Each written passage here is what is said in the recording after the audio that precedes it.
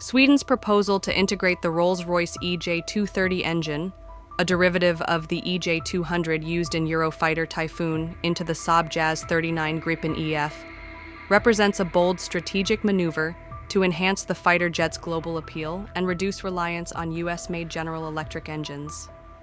As of April 2025, this initiative is driven by the need to navigate US export restrictions that have blocked Gripen sales to countries like Colombia, and to capitalize on emerging opportunities in markets such as Canada, Peru, and potentially Ukraine.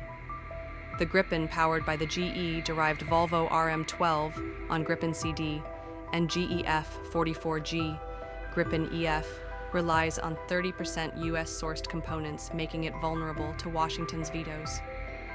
By offering a European engine, Sweden aims to bolster its defense industry's autonomy, appeal to nations wary of US influence, and strengthen its position within NATO and global arms markets.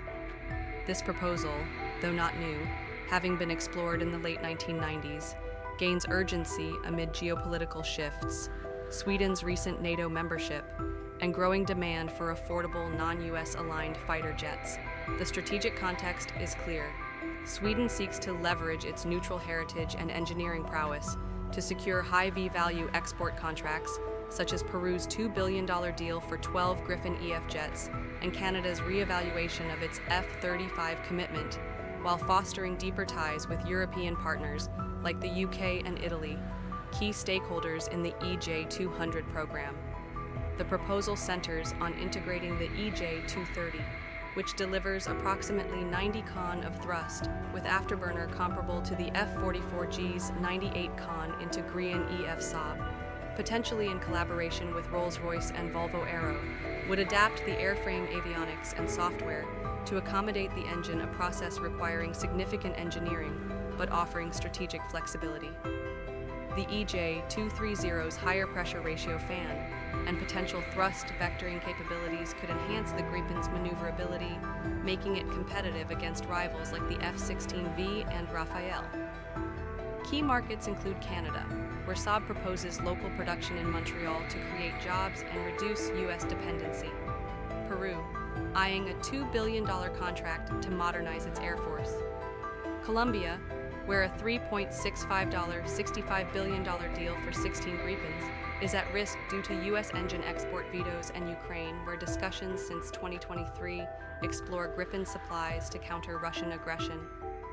The EJ230 would be produced by Eurojet Turbo GmbH, comprising Rolls-Royce, MTU Aero Engines, ITP, and Fiat, with potential for Volvo Aero to join as proposed in 1998. Social media discussions on X suggest Saab has been working steadily with Rolls-Royce, though no official statements from Saab or the Swedish government confirm active development as of April 2025. Despite its promise, the proposal faces formidable technical and political challenges. Technically, integrating the EJ230 requires redesigning the Gripen's air intakes, engine mounts, and avionics, a costly and time-intensive process. The EJ200, designed for twin-engine aircraft like the Eurofighter, must be certified for single-engine use, demanding rigorous safety and reliability testing. A 2019 Volvo Aero statement highlighted that EJ200 integration would require major reconstruction and is not optimized for single-engine fighters, underscoring the engineering hurdle. Performance trade-offs are another concern. While the EJ230 offers comparable thrust, it may not significantly outperform the proven F-414G, and its single-engine adaptation remains untested. Costs could erode the Gripen's affordability advantage, with unit prices ranging from $85 million to $228 million, especially if export orders fail to materialize. Politically, the proposal risks straining relations with the US, a key NATO ally supplying critical Gripen components. Replacing G engines could provoke retaliatory measures, such as tighter export controls or reduced cooperation on other defense projects. Coordination with Eurojet's European partners may also face bureaucratic delays, particularly if Sweden seeks favorable terms for Volvo Aero. Additionally, existing Gripen operators like Brazil relying on F-44G engines may resist a switch. complicating logistics for new buyers like Peru or Colombia.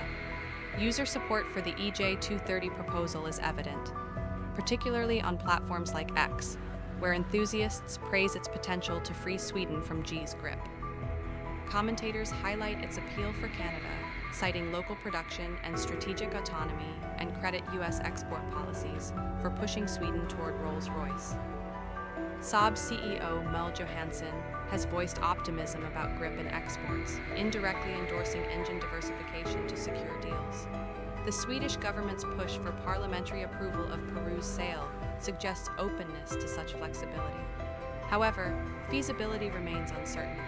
Technically, the EJ230 is viable as demonstrated by 1998 proposals for a 700-hour flight test program, but high costs deterred progress then and could again. Economically, the proposal hinges on major contracts. Canada's shift from F-35s or Peru's $2 billion deal could justify investment, but smaller markets like Colombia may not. Politically, Sweden must navigate U.S. sensitivities and Eurojet dynamics, leveraging its NATO status to secure cooperation. As of April 2025, no concrete evidence of active EJ30 integration exists, with ex posts and cited YouTube videos lacking authoritative backing, and a 2019 Volvo Aero denial of EJ200 plans urging caution. The implications of a successful EJ230 integration are profound for Sweden and its stakeholders. For Sweden, it could galvanize Saab's export market share, sustaining its $4.2 billion investment in 60 GRE jets and reinforcing its defense industry. Reducing U.S. dependency aligns with Sweden's neutral heritage and NATO role, enhancing its appeal as a supplier to non-aligned nations. Within NATO, a European engine strengthens ties with Eurojet partners, supporting joint projects like the Future Fighter System. However, failure to secure contracts or mismanaging U.S. relations could strain Saab's finances and Sweden's defense budget. For partners, the benefits are equally significant. Canada could bolster its Arctic defense and aerospace sector through local production, though it risks U.S. backlash. 731. Peru and Colombia gain strategic flexibility, potentially forming a Latin American Gripen network with Brazil, but face delays if integration falters. Eurojet could see renewed demand for the EJ200 revitalizing program, while Ukraine might benefit from a non-US controlled supply chain, though funding remains a barrier. Globally, an EJ230-powered Gripen could challenge US dominance in the lightweight fighter market, pressuring GE and Lockheed Martin, but may prompt stricter US export controls, escalating competition.